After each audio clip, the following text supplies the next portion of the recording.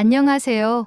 K감동 피플입니다. 오늘의 이야기는 세계 명품국이라고 하는 프랑스 국민의 절반은 한 달 생활비 부족을 우려해 샴푸나 샤워젤 등 위생용품 소비를 줄이는 것으로 나타났고, 프랑스인 10명 중 1명이 기본적인 위생용품 구매를 중단한 것으로 나타나고 있다고 합니다. 이 충격적인 상황을 프랑스 방송 기자를 통해서 알아가 보도록 하겠습니다. 안녕하세요. 저는 프랑스 파리에서 활동하는 방송사 기자 클레망틴 르노입니다. 지난 15년간 유럽 전역을 누비며 다양한 사회 이슈를 취재해왔지만 최근 프랑스에서 벌어지고 있는 변화는 저를 깊은 고민에 빠지게 만들었습니다. 최근 IFOP 여론조사에 따르면 프랑스인의 49%가 생활비에 대한 불안을 느끼고 있다고 합니다. 이는 단순한 통계 수치를 넘어 일상 속에서 체감되는 현실로 다가옵니다. 치약, 샴푸, 화장지와 같은 기본적인 위생용품조차 줄여야 하는 상황이 발생하고 있으며, 일부 여성들은 메이크업이나 염색을 포기하는 사례도 늘고 있습니다. 이러한 변화는 단순한 소비 패턴의 변화가 아니라 프랑스 사회 전반에 걸친 품격 있는 삶의 붕괴를 의미합니다. 위생과 자기관리에 대한 자부심이 강했던 프랑스인들에게 이는 큰 충격으로 다가오고 있습니다. 이러한 현실을 마주하며 저는 한 가지 질문을 던지게 되었습니다. 과연 프랑스의 품격 있는 삶은 어디로 향하고 있는가? 그리고 이 질문의 답을 찾기 위해 촬영을 시작했습니다. 파리 16구. 과거엔 고급 부티크와 살롱, 유기농 마켓이 늘어선 부촌이었지만 지금은 분위기가 달라졌습니다. 자주 가던 약국에서는 치약 할인 코너가 생겼고, 친절하던 헤어 디자이너는 염색 대신 자연스러움을 받아들이자고 말합니다. 길거리엔 이전보다 덜 꾸민 사람들이 많아졌고, 향수를 뿌린 사람보다 땀 냄새가 섞인 냄새가 익숙해졌습니다. 고급과 위생을 철저히 관리하던 프랑스 여성들이 뷰티 살롱을 끊고 인터넷에서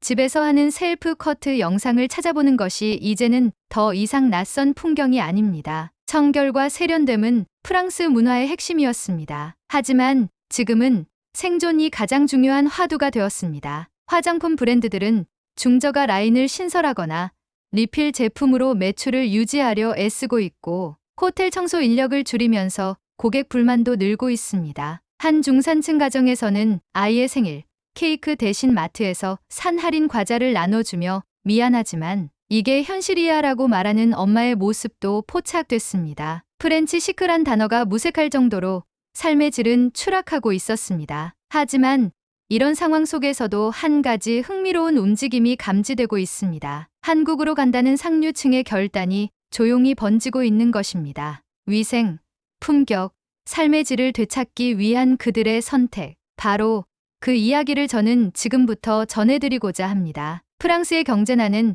단순히 서민층만의 문제가 아니었습니다. 의사, 변호사, 예술가, 은퇴한 교수들처럼 기존에는 사회적 여유를 누리던 사람들조차 점점 불안정해지는 일상의 한숨을 쉬고 있었습니다. 제가 아는 한 지인은 파리 7구에 거주하는 은퇴한 경제학 교수입니다. 그녀는 최근 처음으로 한국행 항공권을 결제했다고 말해주었습니다. 클레망틴, 내가 미쳤다고 생각할 수 있겠지만 이젠 한국이 더 인간적인 삶을 보장해주는 것 같아. 또 다른 사례로 파리 외곽에서 의료 벤처를 운영하던 40대 기업가는 사업 확장을 핑계로 서울에 지사를 설립하고 아예 거주지를 옮겼습니다. 공공의료 시스템, 생활 인프라, 위생 수준, 그리고 무엇보다도 삶의 질, 그가 말한 핵심 키워드입니다. 이들은 더 이상 프랑스를 지속 가능한 삶의 터전으로 보지 않습니다. 대신 그들의 관심은 지금 아시아의 작은 반도,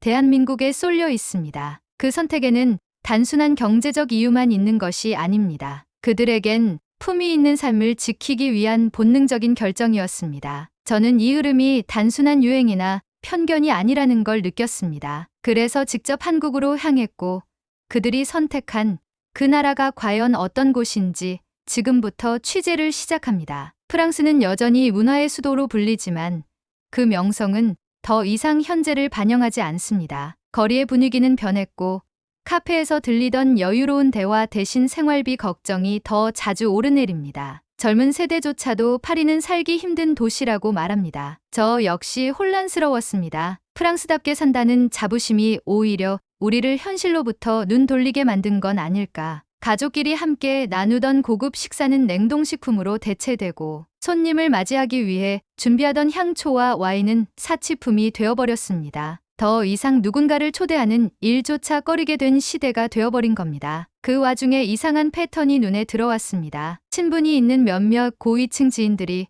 공통적으로 말하는 나라가 있었습니다. 한국. 처음엔 무심코 흘려들었지만 반복해서 들을수록 궁금해졌습니다. 한국이라는 나라가 정말 그렇게 다른 삶을 제공하고 있는 걸까? 그들이 말하는 삶의 품격은 과연 무엇을 의미하는 걸까? 의심이 들었습니다. 동시에 두려움도 생겼습니다. 기자로서 나는 과연 지금 우리가 겪고 있는 이 위기를 제대로 보고 있었던 걸까? 그리고 이 위기 속에서 새로운 가능성을 찾은 사람들이 향하는 곳이 바로 한국이라는 사실을 나는 왜 지금까지 주목하지 못했던 걸까? 이런 물음들이 머릿속을 가득 채웠습니다. 그래서 결심했습니다. 단지 글로 전해 듣는 것에 그치지 않고 직접 한국으로 가서 확인해 보기로. 프랑스가 잃어버린 일상 속의 품격을 한국에서 찾아낼 수 있을지도 모른다는 직감이 있었습니다. 이 이야기는 그 여정의 기록입니다. 그들의 이탈은 조용했고 계획적이었다. 처음에는 단순한 여행이었다. 잠깐 다녀올 생각이라며 떠났던 사람들 중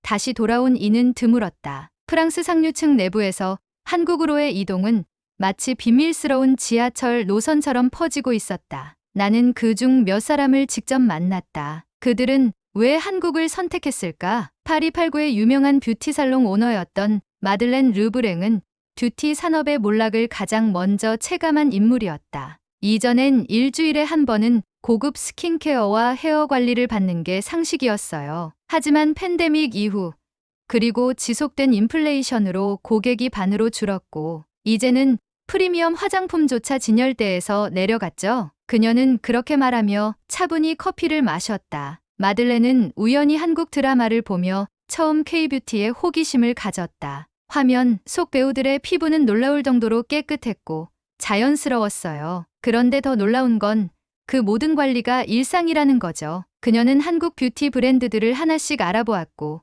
어느 날 충격적인 사실을 접하게 된다. 자신이 250유로 주고 구입한 프랑스 명품 크림의 성분과 한국의 40유로짜리 크림의 성분이 거의 같았다는 것. 그 순간 깨달았어요. 우리가 고집하던 프렌치 프리미엄이 결국 이름값에 불과했다는 걸. 그녀는 한국행을 결심하고 서울 청담동에 위치한 한 고급 아파트에 정착했다. 그곳에서 그녀가 처음 마주한 것은 뷰티의 생활화였다. 집 근처에만 수십 개의 피부과와 에스테틱 샵이 있었고 가격은 파리의 3분의 1 수준이었다. 놀라운 건 서비스의 질이었다. 여긴 고객을 왕으로 대하지 않아요. 그보다 당연히 존중받아야 할 사람으로 대하죠. 그 차이가 오히려 훨씬 성숙하게 느껴졌어요. 마들렌만이 아니었다. 은퇴한 고위 공무원 자크 도르미에르는 은퇴 이후 남프랑스에서 조용히 살고 있었다. 그러다 2023년 건강 문제로 한국을 찾았다. 한국 의료가 좋다는 이야기는 익히 들었지만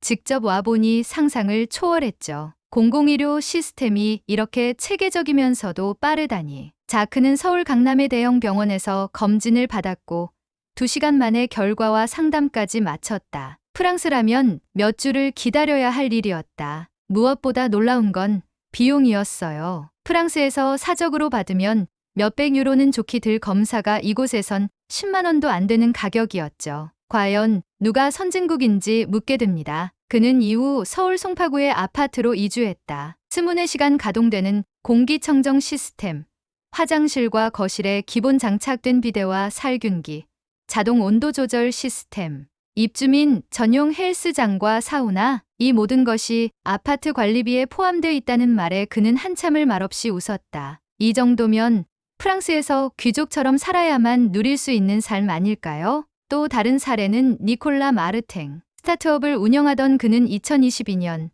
서울에서 열린 K 스타트업 서밋에 초청을 받아 한국을 방문했다. 솔직히 처음엔 기대하지 않았습니다. 유럽 중심의 창업 생태계만 보며 자랐으니까요. 그런데 한국의 스타트업 생태계는 기술 중심이면서도 속도가 믿기지 않을 정도로 빨랐어요. 니콜라는 행사 이후 서울에 단기 사무실을 마련했고 한 달간 체류하는 동안 도시의 위생 인프라에 반했다. 지하철이 이토록 깨끗한 도시를 처음 봤어요. 역마다 냄새가 나지 않고 모든 화장실이 무료인데다 깨끗하게 유지되죠. 파리 지하철과는 비교 자체가 불가능했습니다. 그가 특히 감탄했던 것은 작은 배려였다. 한국은 사람이 불편함을 느끼기 전에 그걸 해결하려는 시스템이 움직입니다. 예를 들어 노약 좌석이나 임산부석의 디자인, 어린이 화장실의 세면대 높이, 도시 곳곳에 있는 수유실까지. 이건 단순한 청결이 아니라 철학이에요. 이들의 이야기를 들으며 나는 문득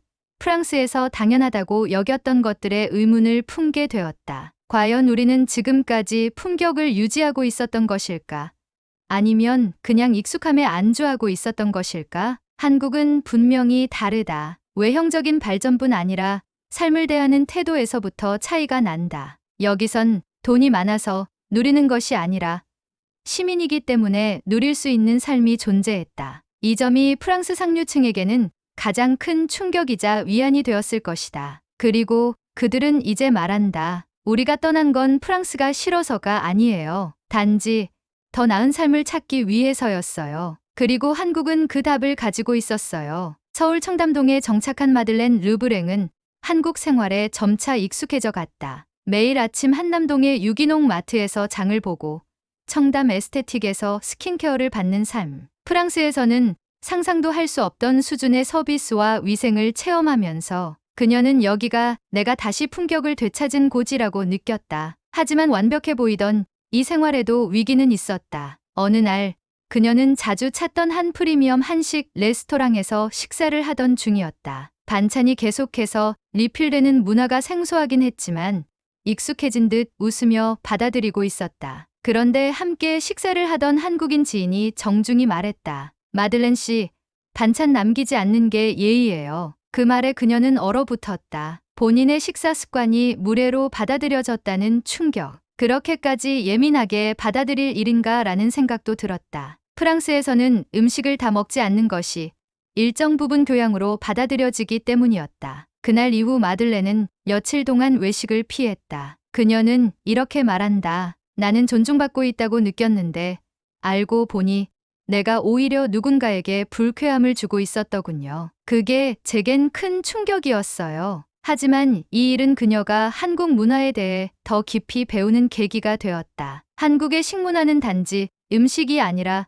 정서와 배려로 구성되어 있다는 사실. 반찬을 남기지 않는 건 음식에 담긴 마음을 헛되이 하지 않겠다는 표현이었다. 그녀는 이후 직접 한식 예절 교육을 신청했고 점차 그 문화의 깊이를 이해하게 되었다. 프랑스에서의 고급 식사는 포크와 나이프의 각도였지만 한국에선 한 젓가락의 의미였어요. 한편 자크 도르미에르에게도 뜻밖의 위기가 찾아왔다. 어느 겨울 아침 그는 아파트 내 사우나에서 낯선 이와 사소한 말다툼을 겪게 되었다. 문제는 복잡한 한국어였다. 간단한 오해였지만 상대는 그를 무례하다고 느꼈고 자크는 그가 인종차별적으로 반응했다고 오해했다. 그는 처음으로 한국에 대한 불신이 피어오르는 걸 느꼈다. 내가 이곳에서 환영받지 못하는 외국인인가? 하지만 며칠 후 아파트 관리사무소에서 해당 입주민과 중재 자리가 마련되었다. 한국인 입주민은 유창한 영어로 사과하며 말했다. 불편하셨다면 정말 죄송합니다. 제가 더 알아보지 못했어요. 외국 분이시라 언어 차이가 있었던 것 같아요. 그 자리를 통해 자크는 또 하나의 한국을 보았다. 갈등 상황에서도 스스로 나서서 책임을 지고 조율하려는 사회적 태도, 공적 공간에서의 질서를 중시하는 문화였다. 그저 친절하다는 것보다 훨씬 성숙한 구조가 있다는 걸 느꼈어요. 무언가 잘못됐을 때 문제를 숨기지 않고 풀어나가는 방식이 굉장히 인상적이었습니다. 그리고 그를 가장 감동시킨 사건은 바로 치과 진료 중에 벌어졌다. 식사 중 임플란트가 탈락되는 돌발 상황이 발생했고 그는 당황해 병원을 찾았다. 예약 없이 방문한 서울 강남의 치과 진료는 15분 만에 시작됐고 문제는 정확히 진단되었다. 프랑스였다면 최소 2주는 기다려야 했을 일입니다. 여기선 지금 당장 불편하지 않게 해주겠다는 태도가 기본이더군요. 의료진은 유창한 영어로 그의 건강 상태를 설명했고 수술비는 5분의 1 수준에 불과했다. 자크는 그날 병원을 나오며 울 뻔했다. 몸이 아플 때 돈이 없어도 치료받을 수 있다는 안심. 그게 진짜 선진국이더군요. 니콜라 마르탱도 한국에서 예상치 못한 장벽을 마주했다. 스타트업 운영 중 복잡한 한국 법인 등록 시스템과 세금 절차에 직면한 것이다. 특히 서류 작업은 한국어 문서가 기본이었고 행정용어는 프랑스어보다 훨씬 복잡했다. 완전히 길을 잃은 기분이었어요. 하지만 그는 한국의 창업지원센터를 찾아갔고 거기서부터 문제가 풀리기 시작했다. 담당자는 영어로 설명하며 무료 통역 서비스를 소개했고 그를 도와줄 회계사까지 연결해 주었다. 심지어 일부 절차는 디지털 행정 시스템을 통해 모바일로도 해결이 가능했다. 너무 잘 돼 있어서 놀랐어요. 외국인인 저를 위한 체계가 있다는 게 믿기지 않았습니다. 그 경험을 통해 그는 한국은 시스템의 나라라는 걸 체감했다고 말한다. 불친절하거나 복잡할 것 같았던 관료제조차 디지털화와 지원 체계로 누구나 접근 가능하게 만들어져 있었다. 여긴 기술의 나라가 아니라 기술을 사람에게 맞춘 나라였어요. 세 인물은 각기 다른 위기를 겪었지만 공통적으로 말한다. 한국은 완벽한 나라가 아니다. 하지만 문제를 마주했을 때 이를 개인의 탓으로 돌리지 않고 함께 해결하려는 의지가 있다는 것. 그것이 한국을 특별하게 만든다고. 그리고 그들은 결국 이렇게 말한다. 우리는 한국에서 품격을 되찾은 것이 아닙니다. 처음으로 품격이란 것이 무엇인지를 진정으로 배운 것 같아요. 파리에서 청담까지 그 거리는 단순히 대륙을 넘는 물리적 거리만이 아니었다. 그것은 과거의 삶에서 미래로, 익숙함에서 새로움으로, 그리고 자부심에서 성찰로 나아가는 긴 여정이었다. 마들렌은 이제 청담동의 작은 뷰티숍을 공동 운영하고 있다. 파리에서의 화려한 시절을 추억하며 그녀는 말한다. 이곳에서의 뷰티는 사람을 위한 것이에요. 외모가 아니라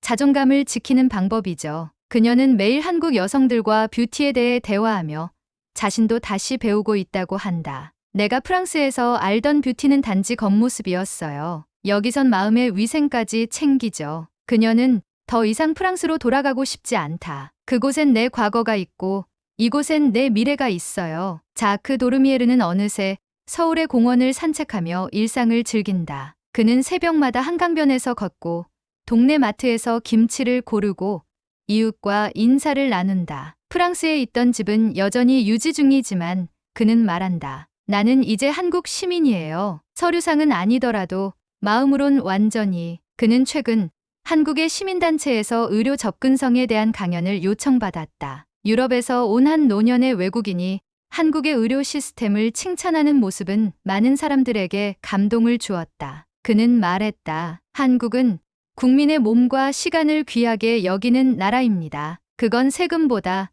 정책보다 더 중요한 기본 정신이죠. 니콜라 마르탱은 서울 강서구에 위치한 공유 오피스에서 새로운 스타트업을 시작했다. 외국인 창업자들을 위한 플랫폼을 만들고 있다. 처음엔 도움을 받는 입장이었지만 이제는 도움을 주는 사람이 되고 싶어요. 그는 자신의 경험을 바탕으로 한국과 유럽을 잇는 다리가 되기를 희망한다. 한국에서 배운 것 중 가장 강력한 무기는 바로 시스템에 대한 신뢰였다. 이곳에서는 노력하면 가능한 일이 많습니다. 프랑스에서라면 제 나이의 창업자가 받는 지원은 극히 드물어요. 여기선 저를 아직 가능성 있는 사람으로 봐줍니다. 그가 만든 플랫폼은 이미 여러 유럽 청년 창업자들의 관심을 끌고 있고 내년에는 프랑스에 지사를 설립할 계획이다. 그 모든 출발점은 그가 한국에서 경험한 한 통의 이메일, 한 번의 설명, 한 사람의 배려였다. 그들은 입을 모아 말한다. 우리는 더 좋은 아파트,